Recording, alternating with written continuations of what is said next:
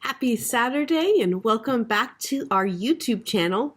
We are continuing in our story in 1st and 2nd Samuel, where King Saul and his sons have just died in battle.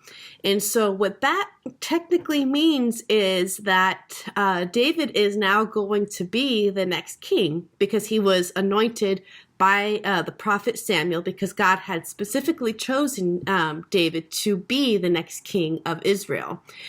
And so we just got through this battle where Saul and his sons died, and David has been mourning them. Instead of celebrating that he gets to be the next king, he's actually sad that they have died. He is in grief and is mourning over them, and kind of killed the messenger who said he was the one who had killed Saul, because David's reasoning was, why would you kill God's anointed one?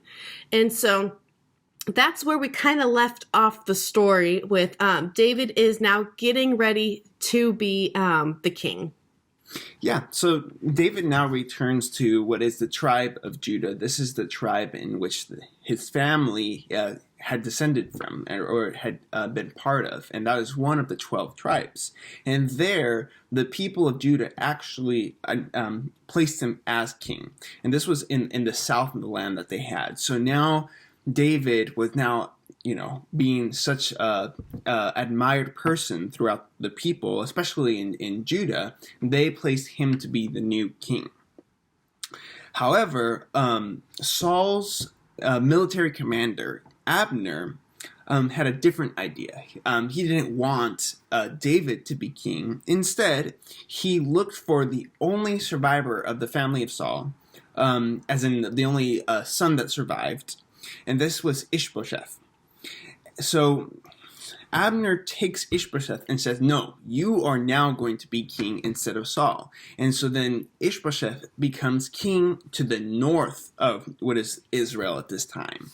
And this starts this whole conflict between Ishbosheth and David for 7 years, in which they are trying to get control of Israel.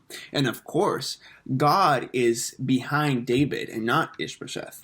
So what happens is, throughout this year, throughout the conflicts, David becomes stronger and stronger and gaining more power in Israel, while Saul's kingdom, which, because of Saul's disobedience, because of how he did not follow God, Saul's kingdom through Ishbosheth just started shrinking and getting smaller and smaller.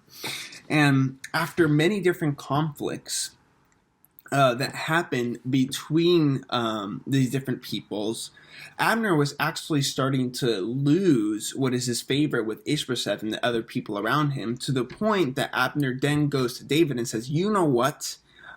This whole conflict between, the north, the south, and the people of Israel, this is hurting us. This is not helping us at all. So why don't I then make a pact with you, and I will help you unite Israel, so that now we're all going to be under you as king.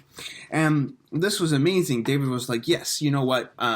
Let's do this. I really fully trust you about this, and you're actually an amazing general commander. Let's go ahead and do this. However, the military commander of David, who was Joab, he didn't like Abner, because out of the conflicts between the north and the south that was happening, the family of Joab, actually his brother was, through some ill fate, was killed by Abner, even when Abner wasn't even trying to kill him. But Joab actually resented him, and when Abner was even leaving the palace and going back to where he was coming from, Joab stops him and kills him right at that moment, after he had just made this pact and this peaceful stretch towards David. And David was like, oh, why would you do that? This blood of this man is on your head. So of course, this will negatively affect Joab in the future. But once Abner was dead, Ishbosheth ran and fled from where he was because he said, I'm going to be next.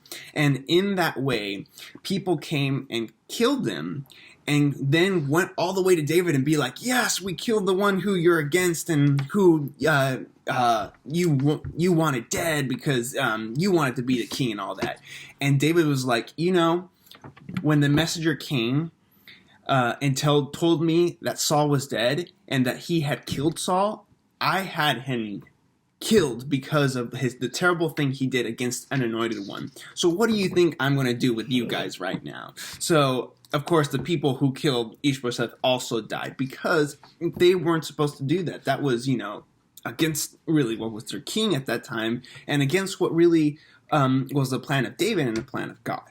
But with all of this happening, after David mourns the death of another family member of King Saul, then King David was now in the place in order to become the king of all Israel.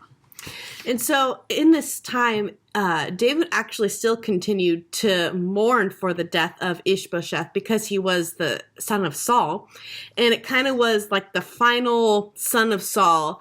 And now David was mourning him because he honestly didn't really want Saul and his family to be killed. And so he mourned for them.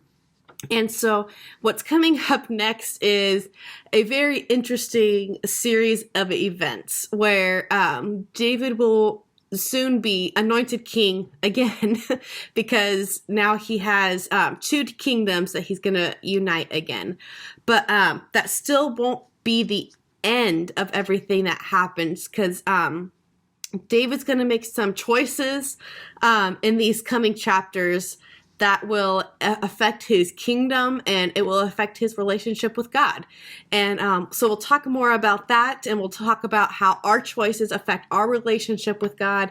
And it'll be a really good time, hopefully. And so we will see you next time. Yeah, see ya.